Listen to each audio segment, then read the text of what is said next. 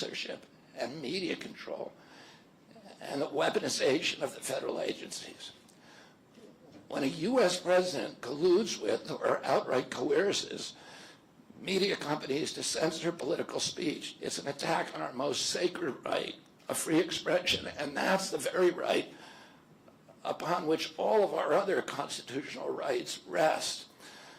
President Biden mocked Vladimir Putin's 88% landslide in the Russian elections, observing that Putin and his party controlled the Russian press, and that Putin prevented serious opponents from appearing on the ballot.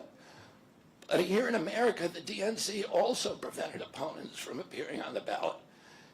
And our television networks exposed themselves as Democratic Party organs. Over the course of more than a year, in a campaign where my poll numbers reached at times in the high 20s, the DNC-aligned mainstream media networks maintain a near perfect embargo on interviews with me. During his 10-month presidential campaign in 1992, Ross Perot gave 34 interviews on mainstream networks.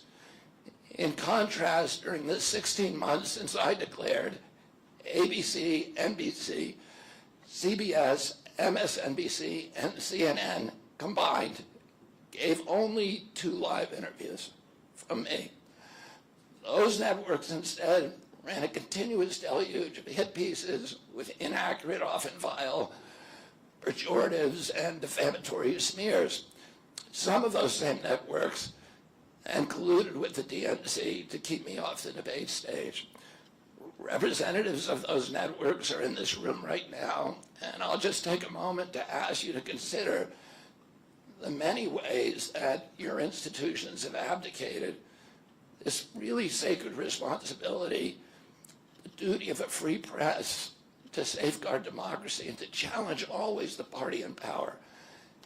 Instead of maintaining that posture of fear or skepticism toward authority, your institutions have made themselves government mouthpieces and stenographers for the organs of power. You didn't alone cause the devolution of American democracy, but you could have prevented it. The Democratic Party's censorship of social media was even more of a naked exercise of executive power. This week, a federal judge, Terry Doddy, upheld my injunction against President Biden, calling the White House's censorship project, quote, the most egregious violation of the First Amendment in the history of the United States of America.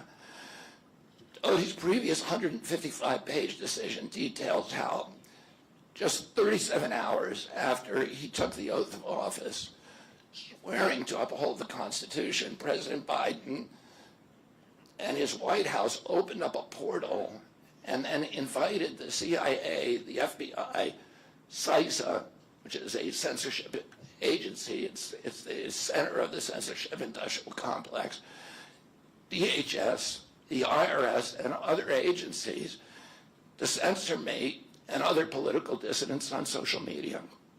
Even today, users who try to post my campaign videos to Facebook or YouTube get messages that this content violates community standards. 2 days after Judge Doddy rendered his decision this week, Facebook was still attaching warning labels to an online petition calling on ABC to include me in the upcoming debate. They said that violates community standards, their community standards. The mainstream media was once the guardian of the First Amendment and democratic principles, and has joined this systemic attack on democracy. It also, the media justifies their censorship on the grounds of combating misinformation, but governments and oppressors don't censor lies.